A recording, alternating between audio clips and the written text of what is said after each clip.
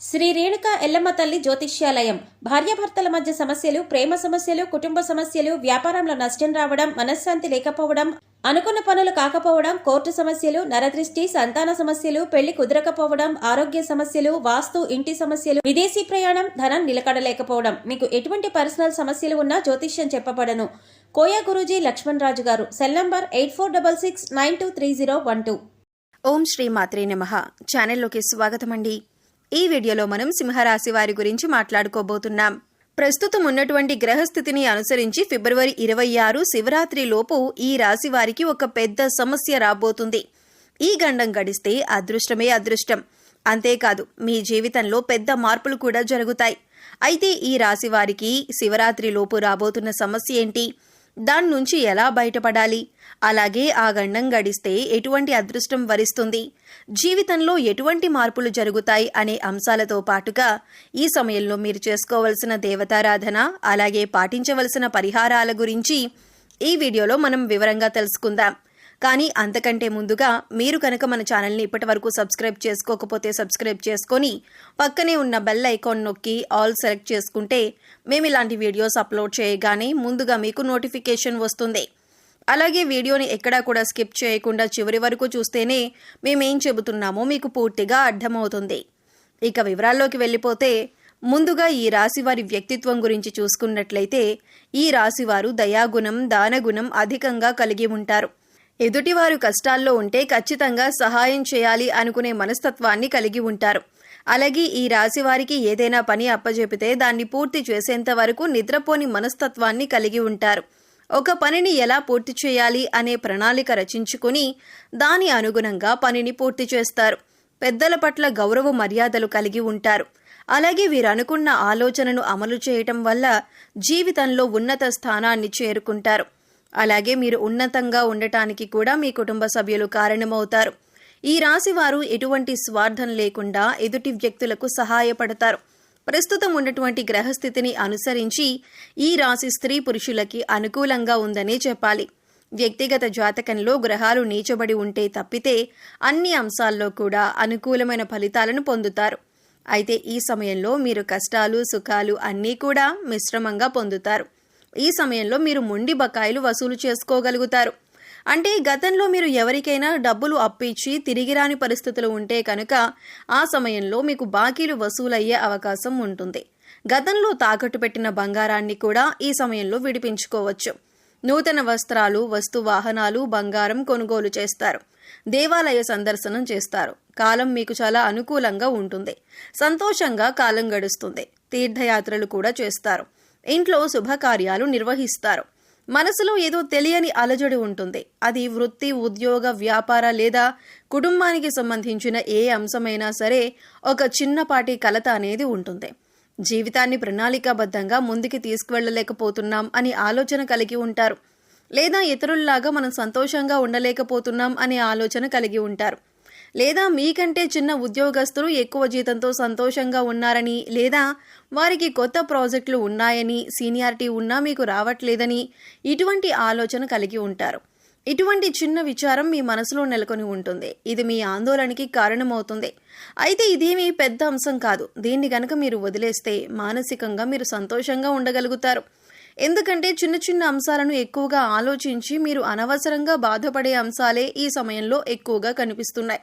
అయితే ఇక్కడ ముఖ్యంగా చెప్పదగిన విషయం ఏంటంటే మీ పని మీరు చూసుకుంటూ మీకు ఉన్నంతలో మీరు సంతోషంగా ఆనందాన్ని గడపగలిగితే ఎటువంటి సమస్యలు దరిచేరవు. కుటుంబంతో ఆహ్లాదంగా కాలాన్ని గడపడానికి ప్రయత్నించండి. ఎప్పుడూ కూడా మిమ్మల్ని ఇతరులతో పోల్చుకోవద్దు.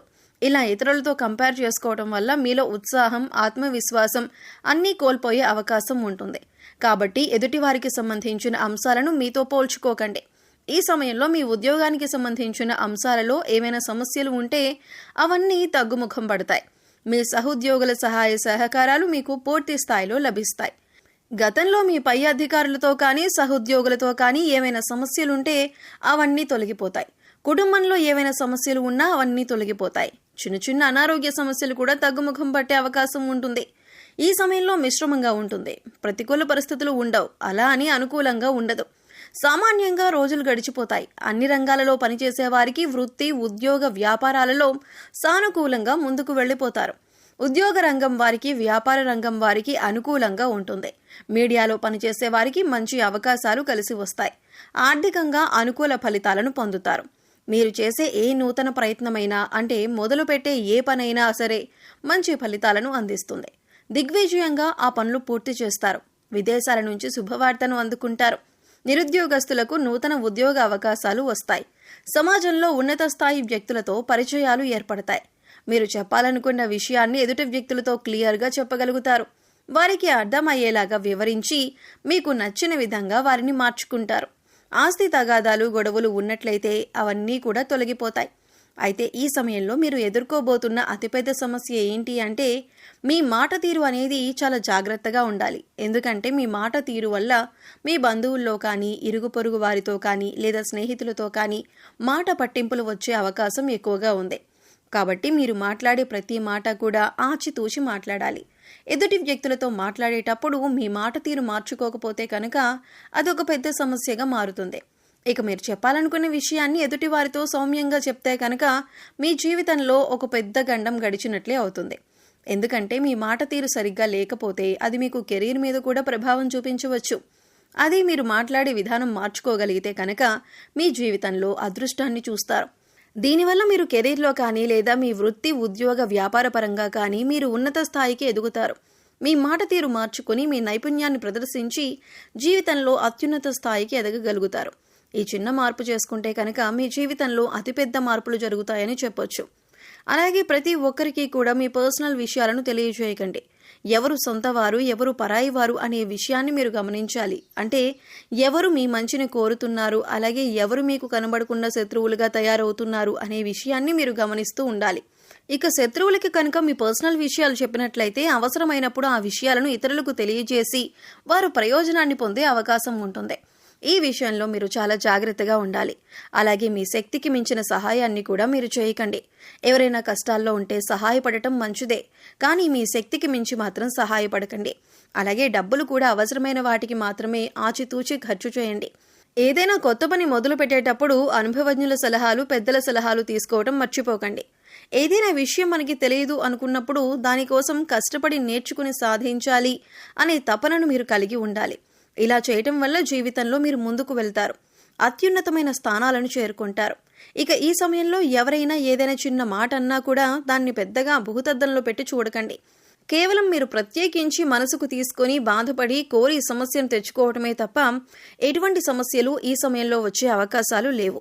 ఇక ఈ సమయంలో మీరు చేసుకోవాల్సిన దేవతారాధన చూసుకున్నట్లయితే ప్రతి గురువారం కూడా గురుచరిత్రను పారాయణం చేయటం మంచిది. సిద్ధమంగళ స్తోత్రాన్ని చదవటానికి కానీ, లేదా వినటానికి కానీ ప్రయత్నించండి.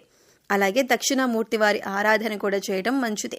గుడికి వెళ్ళినప్పుడు నవగ్రహాలకు 11 ప్రదక్షిణలు చేయండి. ఇలా చేయటం వల్ల మీలో ఉండే నిరుత్సాహం తగ్గుతుంది.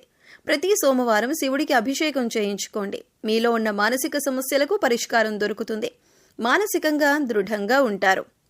సో చూశారు కదండి, శివరాత్రిలోపు సింహరాశి వారికి ఎటువంటి పెద్ద సమస్య రాబోతుంది, అలాగే ఈ సమస్య నుంచి బయటపడితే వీరికి ఎటువంటి అదృష్టం వరిస్తుంది అనే అంశాలతో పాటుగా ఈ సమయంలో మీరు చేసుకోవలసిన దేవతారాధన, అలాగే పాటించవలసిన పరిహారాల గురించి ఈ వీడియోలో మనం వివరంగా తెలుసుకున్నాం కదా. ఈ వీడియో మీకు నచ్చినట్లయితే లైక్ చేయండి.